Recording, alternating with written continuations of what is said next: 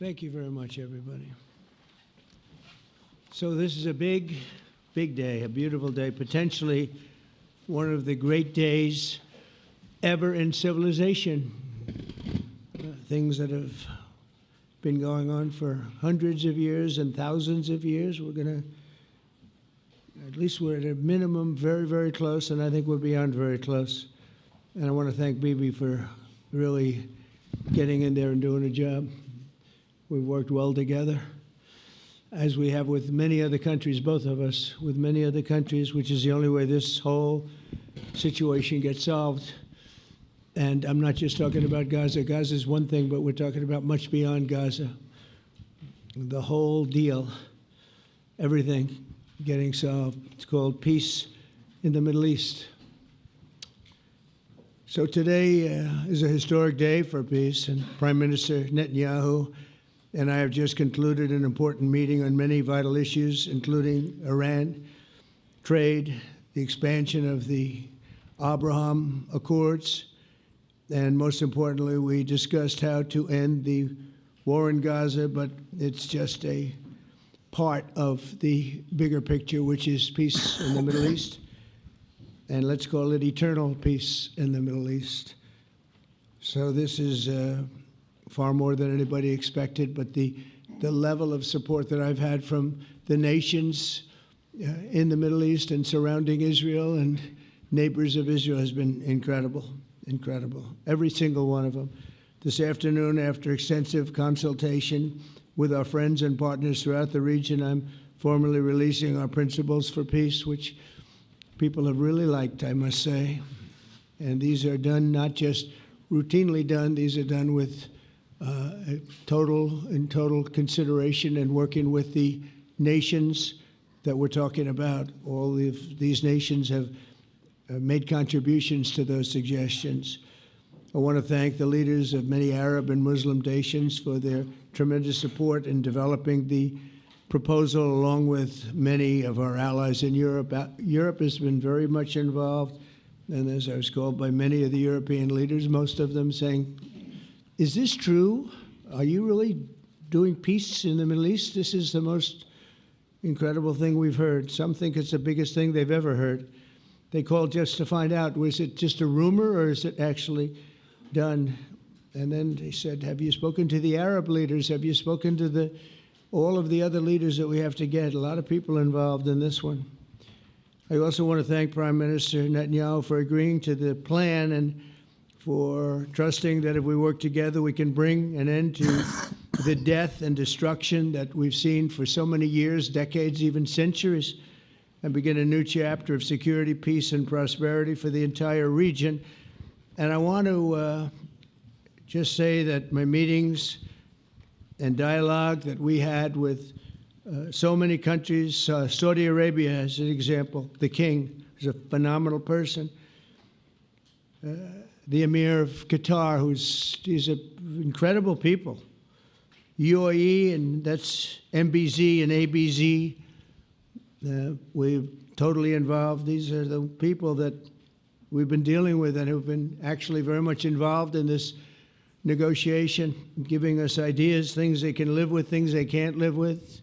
Pretty complex. I mean, after 2,000, 3,000 years, whatever it is, I guess it's got to be a little complex, or it would have been done a long time ago. The King of Jordan was with us, as you know, in the United Nations. The President of Turkey, President Erdogan, is a friend of mine, a strong man, but a good man. President of Indonesia, somebody who's an amazing leader, Prabowo. He is an amazing leader and respected by everybody. He was in the room with us. We were together with most of these people that I'm mentioning. Others were by phone or the next day. The Prime Minister and the Field Marshal of Pakistan, they were with us right from the beginning. Incredible. In fact, they just put out a statement that they fully believe in this pact. It just came out just as I was walking around. They said, sir, you have a big notice from the Prime Minister of Pakistan and from the Field Marshal that they back this 100%. President El-Sisi of Egypt, who's terrific. And these are people I've gotten to know over the years. I mean, I would say it started around 2015 and then went into 2016 when the presidency officially began. But I've known him actually for a long time, and there are many cases really great men. I can't say in all cases, but I will tell you in many cases they're great men and some great women too. They tend to be mostly men, however, I will say that. But if accepted by Hamas, this proposal calls for the release of all remaining hostages immediately, but in no case more than 72 hours. So the hostages are coming back, and I hate even saying this from the standpoint, doesn't sound right, but it is so important to the parents. The bodies of the young men, I believe in almost all cases, the young men are coming back immediately. I met with parents. The parents felt as strongly about getting the body of their dead boy back as they did as though the boy were alive and well. It's so important to them. And it means the immediate end to the war itself, not just Gaza. It's the war itself. Under the plan, Arab and Muslim countries have committed, and in writing in many cases, but I actually would take their word for it. The people I mentioned, I'd take their word for it, to demilitarize Gaza, and that's quickly. Decommission the military capabilities of Hamas and all other terror organizations. Do that immediately. And we're relying on the countries that I named and others to deal with Hamas. And I'm hearing that Hamas wants to get this done too, and that's a good thing. And destroy all terror infrastructure, including the tunnels, weapons of production facilities. They have a lot of production facilities that we're destroying. They'll also help train local police forces in the areas that we're discussing right now, in particular in and around Gaza, working with the new transitional authority in Gaza. All parties will agree on a timeline for Israeli forces to withdraw in phases. They'll be withdrawing in phases. No more shooting, hopefully. As progress is made toward achieving these goals, Arab and Muslim nations need to be allowed the chance to fulfill these commitments of dealing with Hamas. They have to deal with them because they were the one group that we have not dealt with. I haven't dealt with them. But the Arab countries are going to, and Muslim countries are going to be dealing with Hamas, and I believe they've already been there. I think they probably have an understanding, and they haven't maybe mentioned that, but I would imagine they do, otherwise they wouldn't have gone as far as they've gone. If they're unable to do so, then Israel would have the absolute right and actually our full backing, the U.S. full backing. Marco's here, and a lot of our leaders are here, our great Vice President, Susie Wiles, Steve Witkoff, Jared Kushner. They've been so involved in this process. I don't think anybody else could have done it or even come close, but it's we're right there. We're right there. First time in thousands of years, I think you can probably say, if you really look into it, if you study back, if you're a scholar, you would say thousands of years. Israel would have my full backing to finish the job of destroying the threat of Hamas. But I hope that we're going to have a deal for peace. And if Hamas rejects the deal, which is always possible, they're the only one left. Everyone else has accepted it. But I have a feeling that we're going to have a positive answer. But if not, as you know, Bibi, you'd have our full backing to do what you would have to do. Everyone understands that the ultimate result must be the elimination of any danger posed in the region, and that danger is caused by Hamas. The tyranny of terror has to end, and this is, again, something that we're looking for. This is eternity. This is for forever. To ensure the success of this effort, my plan calls for the creation of a new international oversight body, the Board of Peace, we call it, the Board of Peace, sort of a beautiful name, the Board of Peace, which will be headed, not at my request, believe me, I'm very busy, but we have to make sure this works.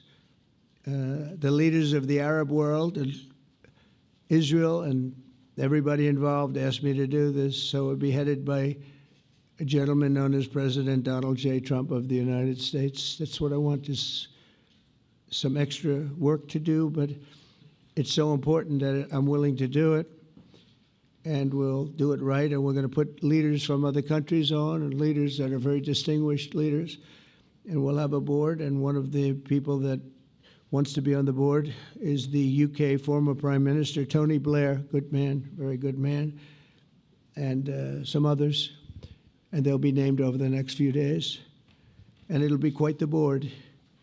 Working, everybody wants to be on it now. I don't know if that had anything to do. They named me and everybody else wanted to be on it. I guess they figure, well, he's a soft touch. He'll be easy to deal with. Working with the World Bank and others, it will be responsible for recruiting and training a new government that will be made up of Palestinians along with highly qualified experts from all around the world. Hamas and other terrorist factions will play no role in the board, but they'll play no role in the governance of Gaza at all, directly or indirectly. As you know, thousands of Hamas leaders have been killed and soldiers have been killed. And we can never forget October 7th, but thousands have paid the price for that. And now it's time to get our hostages back and get back to trying to build something that's really great and very important. In our meeting today, Prime Minister Netanyahu was very clear about his opposition to a Palestinian state. And he continuously mentions October 7th, and I understand that. Most people do. And I understand and respect his position on many things, but what he's doing today is so good for Israel. I notice that they have large crowds gathering in Israel all the time, and they have my name up. They like me for whatever reason, maybe I don't know, but they do like me. But they say two things: please get the hostages back and please end the war. They've had it. It's had it. So I think it's a very popular thing you do, because he's a warrior. He doesn't know about getting back to a normal way of life, but he is a warrior, and Israel's lucky to have him.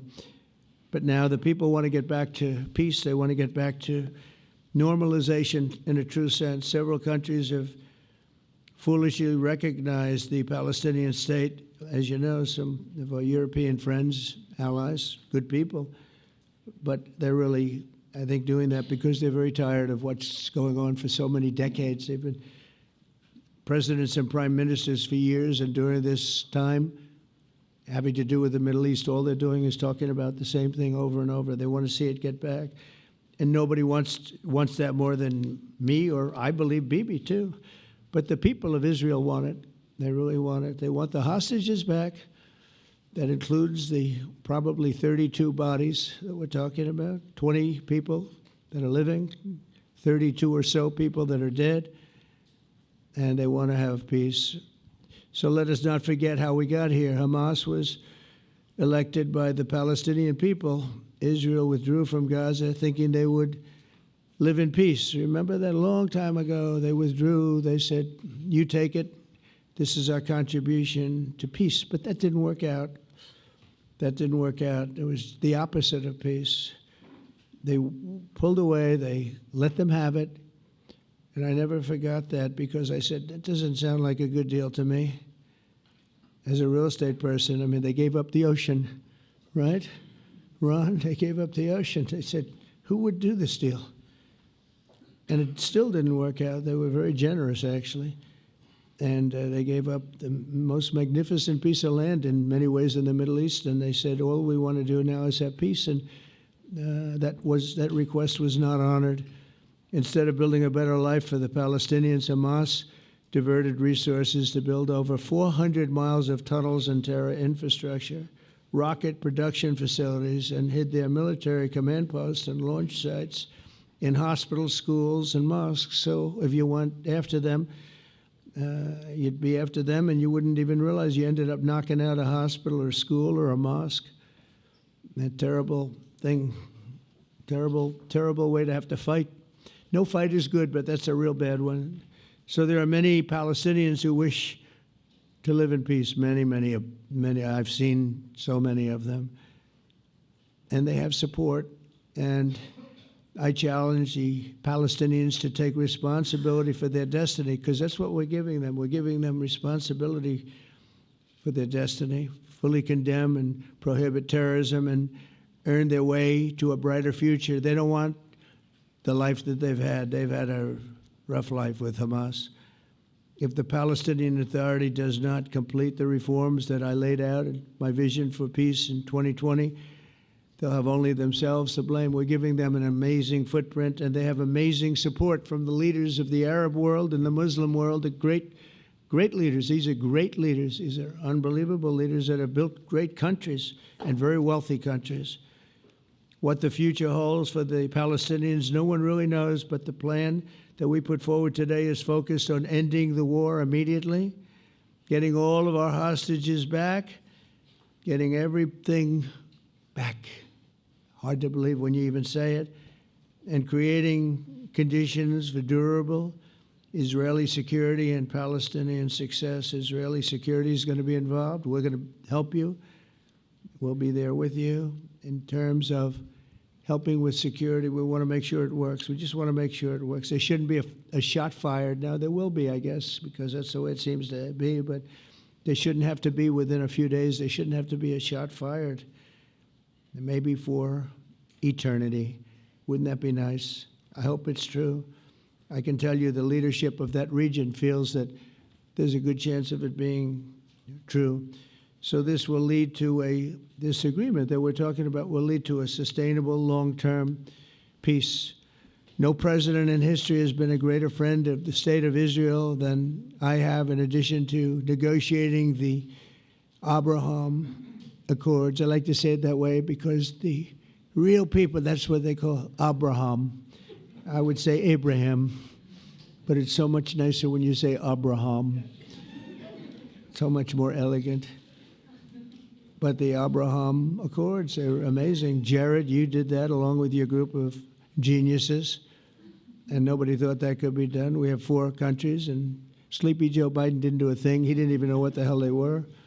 He should have had them fold up. But I think this will also lead to packing them. And who knows, maybe even Iran can get in there. I hope. We hope we're going to be able to get along with Iran. I think they're going to be open to it. I really believe that. But they could be a member. I long ago said, I'll bet you at some point Iran will be a member of the Accords. And little did I realize it was going to take this turn. That was some turn we did with the B-2s. But I think they might very well be there because it's a great thing for them economically. I recognize the eternal capital of Israel. I opened the American embassy in Jerusalem. That was something that everyone said would never be done, could never be done. Virtually every president for many, many years, for decades, would campaign on making Jerusalem the capital of Israel. They campaigned on it over and over. Is that right, Steve? Is that right? Everyone, and when they got to it, and I understand why now, because it was so. When I got to office, I campaigned on it too. I said, we're going to make it. And then I'd get calls from the leaders of various countries saying, please don't do it. Please don't do it. It'll end the whole world. Please don't do it. And finally, I just didn't say anything, and I did it. People were calling me before I did it because they heard I was going to do it. And leaders of countries were calling me. And I think it was on a Thursday that I did it. And they'd call me Monday, Tuesday, Wednesday, 3-4 times a day, and I said, tell them I'll call them back on Friday. And I announced it on Thursday, and I called them back, the biggest people in the world, and they said, you've done it. I said, done what? You've made the capital of Israel, Jerusalem, and we wanted to talk yet. I wish you called me a little sooner. Maybe I could have done something about it. So that was a lot easier than getting into an argument, because I knew what they were calling about. And you know what? It turned out to be amazing. Everybody thought it was going to lead to the end of the world, right? The end of the world, Ron, that's what they said. It didn't lead to anything. It just led to something that I promised, and something that was very, very popular for Jewish people and a lot of other people, too. I recognize Israeli sovereignty over the Golan Heights, and I cut taxpayer funding to the corrupt United Nations Relief and Works Agency. And United Nations was interesting because, as you know, a few days ago they introduced me. Ladies and gentlemen, the President of the United States. I'm looking at my teleprompter, and the thing was dead, stone cold, dead. The thing's up here. I have a long, beautiful speech to make. I'm back 30 feet back, and I'm saying, they're introducing me. There's nothing on my teleprompter. So, but I made a speech. I actually got good marks. You think Biden could have done that? I don't think so. I don't think he could have done that. I don't think too many people could have done it. But actually, it was actually more of a speech from my heart, if you want to know the truth. I think it was maybe better in certain ways because it was from the heart. It has to be from the heart. Otherwise, you're in big trouble. But I cut taxpayer funding for that very corrupt United Nations Relief and Works Agency, and nobody thought that would be done, and withdrew from the horrible Iran nuclear deal that was imposed upon Israel by Barack Hussein Obama and Biden. And I don't think Biden knew anything about it, though. I don't think he knows anything about it now, actually, if you ask him. He'd say, what is that? And we obliterated Iran's nuclear enrichment capacity, making it impossible for them to have a nuclear weapon, which they would have had probably in about 2 months from that. But I've never asked Israel to compromise its security, but we had big, strong talk. Nobody's been better to Israel. No president's been better to Israel than Donald Trump. But we had a long, strong talk, Bibi and I, and he understands it's time. It's time. History has shown. And the people of Israel want it.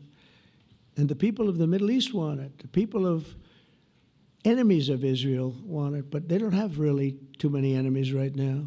And you know what? Many countries have gained great respect for Israel, for the way they fight, for the job they do, including me. I had respect anyway, but they gained respect.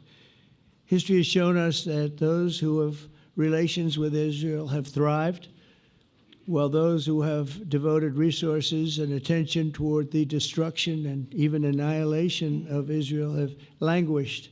They haven't done well.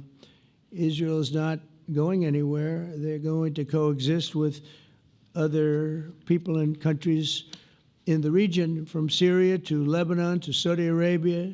The promise of a new Middle East is so clearly within our reach. This is the closest we've ever come to real peace, not fake peace, not political fool's peace.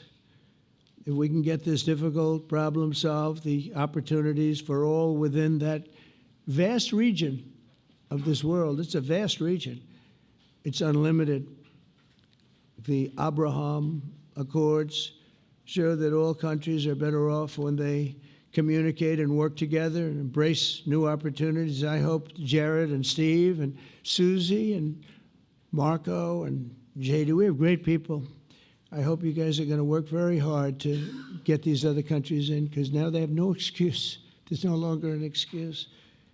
They were somewhere hesitant. And I tell you, the 4 countries that went in, I give them tremendous credit, and it's worked out incredibly well for them.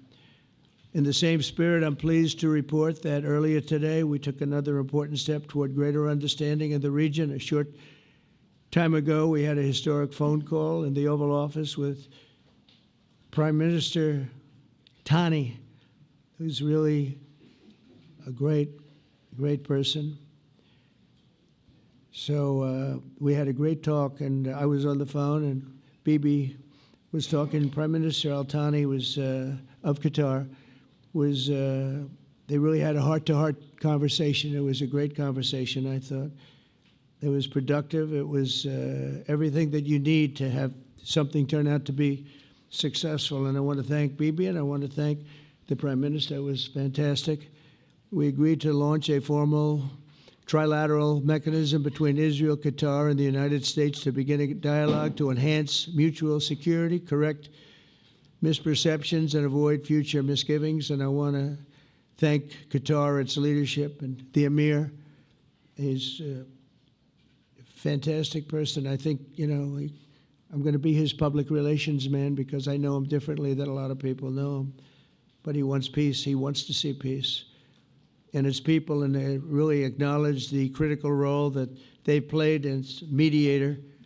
And again, we're not quite finished. We have to get Hamas, but I think they're going to be able to do that. So now it's time for Hamas to accept the terms of the plan that we've put forward today. And again, this is a different Hamas than we were dealing with because I guess over 20,000 have been killed. Their leadership has been killed 3 times over. So you're really dealing with different people than we've been dealing with over the last 4 years, 5 years. Everyone has done their part and come to the table in good faith. Our Arab and Muslim partners are fully prepared to step up and fulfill their commitments for the benefit of the people of Gaza and the entire region. They're willing to step up and do a lot. They really are. There are a lot of good people involved.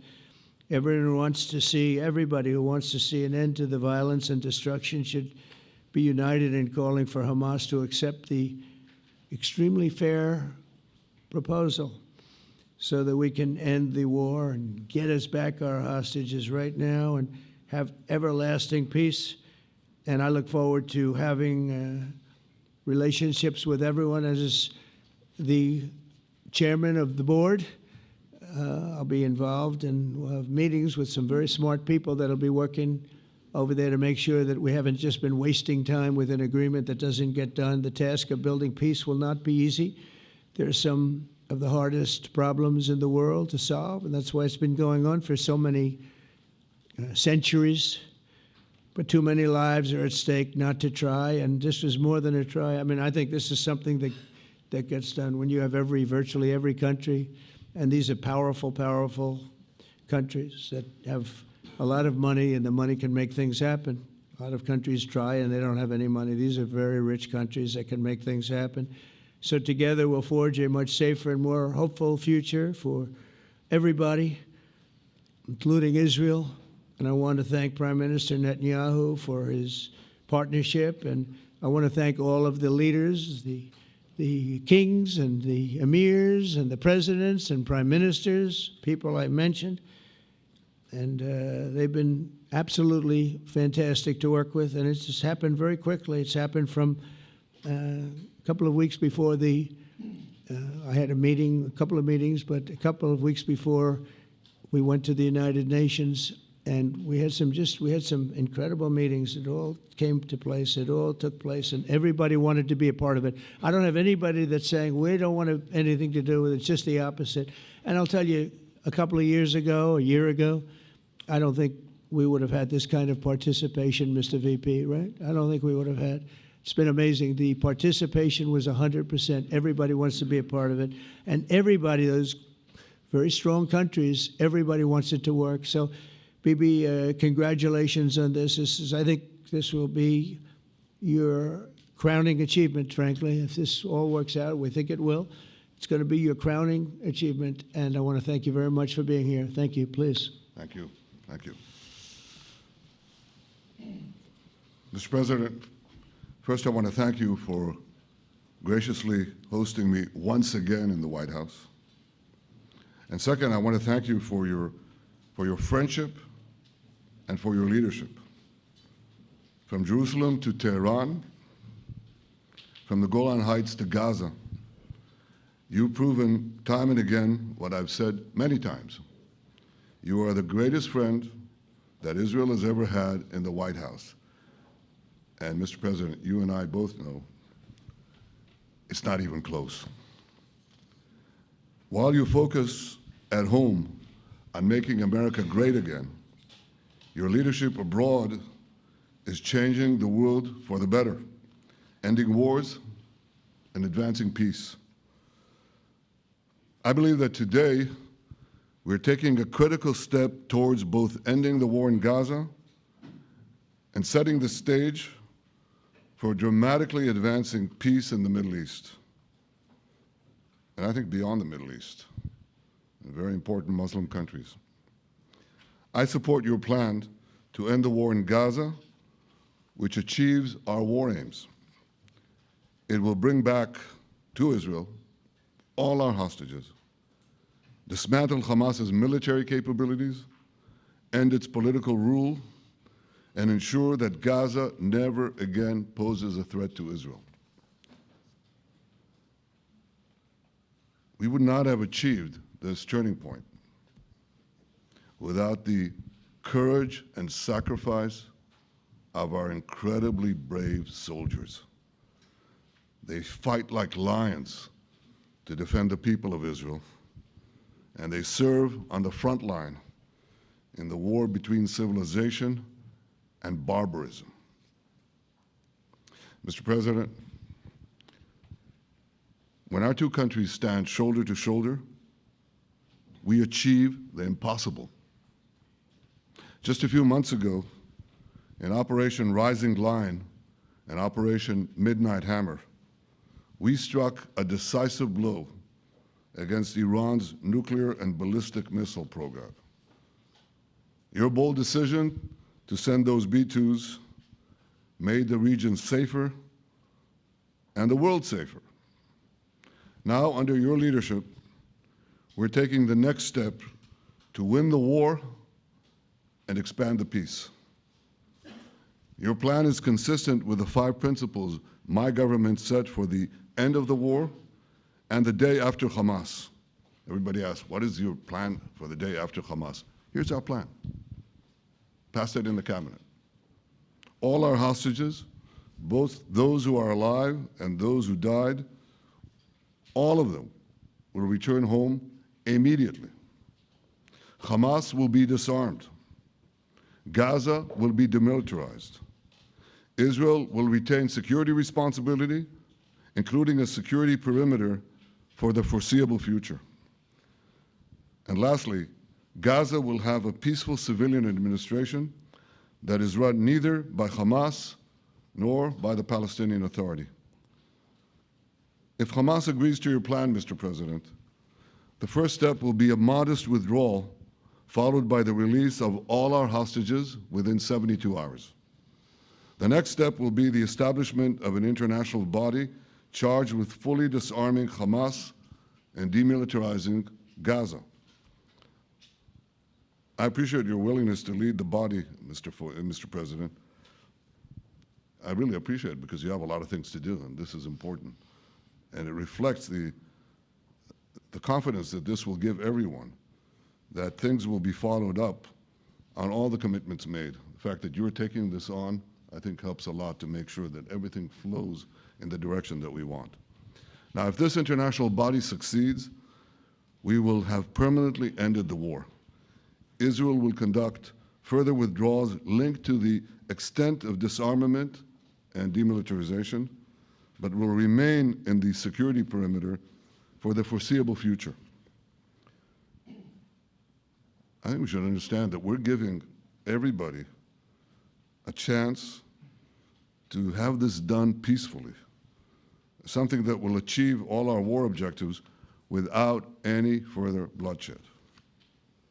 But if Hamas rejects your plan, Mr. President, or if they supposedly accept it and then basically do everything to counter it, then Israel will finish the job by itself. This can be done the easy way, or it can be done the hard way, but it will be done. We prefer the easy way, but it has to be done. All these goals must be achieved because we didn't fight this horrible fight, sacrifice the finest of our young men to have Hamas stay in Gaza and threaten us again and again and again with these horrific massacres. Mr. President, I was encouraged by your clear statement at the UN against the recognition of a Palestinian state. That would be an outcome that, after October 7th, would reward terrorism, undermine security, and endanger Israel's very existence. As for the Palestinian Authority, I appreciate your firm position that the PA could have no role whatsoever in Gaza without undergoing a radical and genuine transformation. In your 2020 peace plan, which you mentioned just now, you made clear what that transformation requires. It's not lip service. It's not checking a box. It's a fundamental, genuine, and enduring transformation. And that means ending pay to slay, changing the poisonous textbooks that teach hatred to Jews, to Palestinian children, stopping incitement in the media, ending lawfare against Israel at the ICC, the ICJ, recognizing the Jewish state, and many, many other reforms. It won't come as a surprise to you that the vast majority of Israelis have no faith that the PA Leopard will change its spots. But rather than wait for this miraculous transformation, your plan provides a practical and realistic path forward for Gaza in the coming years, in which Gaza will be administered neither by Hamas nor the Palestinian Authority, but by those committed to a genuine peace with Israel. I think this can be not only a new beginning for Gaza, I think it can be a new beginning for the entire region. Under your leadership, we can re-energize, well, I've got to contribute my own, we can re-energize the Abraham Accords. That's what it's called in the original Hebrew, Abraham. Abraham is fine, Abraham, however you want to call it. Under your leadership, Mr. President, we can re-energize the Abraham Accords that we forged 5 years ago. We can expand them to many more Arab and Muslim nations that choose moderation over extremism. I think there's an opportunity here. It's not going to be easy, it's tough going, but I think if we succeed, you're absolutely right. We're going to open possibilities that nobody even dreamed of. But I think we dream of them. As you've told me, Mr. President, and you've told the world many, many times, you said, remember October 7th. Remember October 7th. And we do. We will never forget the horrors of October 7th, and we will do whatever is necessary to make sure they don't happen again. Since October 7th, Israel's enemies have learned a hard truth. Those who attack us pay a heavy price, but those who partner with us advance progress and security for their peoples. President Trump just said it, it's also in the Bible. It says, those who will bless you will be blessed, and those who will curse you will be cursed. And that's actually what is happening. We want the blessings. I think we've done a lot in the past 2 years to end the curse. We're not finished, but we've done a lot. And we've done a lot together to end the curse. I want to thank your entire team for their efforts to get to this point. I especially want to thank Steve Witkoff and Jared Kushner for their indefatigable work to bring Israel and Arab states in the region closer together. I am deeply grateful to both of them for their work. We had a phone call today just to make it clear. I said to the Prime Minister of Qatar, Israel was targeting terrorists, wasn't targeting Qatar. And of course, we regretted the loss of the Qatari citizen, wasn't our target. And I very much appreciate President Trump's proposal to have a trilateral body, the United States, Israel, and Qatar, to work out respective grievances. There are quite a few. But if we could try to mitigate them or put it on a different footing, I think that'll be good for everyone. Above all the people, the fine team, and many helpers who've done this, I want to thank you, Mr. President. History has already shown that under your leadership, Israel and America can change the face of the Middle East. And today I'm hopeful that your plan to end the war in Gaza will do so again and do so soon. It will free our hostages, end Hamas's tyranny in Gaza, and enable a more secure and prosperous future for the peoples of our region. Thank you, Mr. President. May God bless America. May God bless Israel. May God bless the indispensable alliance between our countries, And may I add, in Hebrew, G'mal Chatima Tova, may we all be inscribed in the book of life. Thank you. Thank you very much, Bibi. So I think while we wait for these documents to be signed and get everybody in line, I think it maybe is not really appropriate to take questions. I'm meeting with, as you know, a couple of Democrats in a little while about the country, about keeping our country open. They're going to have to do some things because their ideas are not very good ones. They're very bad for our country. So we'll see how that works out. But this is something that was really historic today. This was something that was amazing. I think, Bibi, I mean, depending on you, I think while we're waiting for signatures and waiting for approvals from a lot of different countries that are involved in this, we probably shouldn't take questions? Or would you like to take a question or two from perhaps a friendly Israeli reporter, if there's such a thing? That's a very, very tough proposition. But I would think, Mr. President, that I would go by your instinct that this is, we'll have enough time for questions. Let's settle the issue first, I think. No. Thank you very much, everybody. Thank you.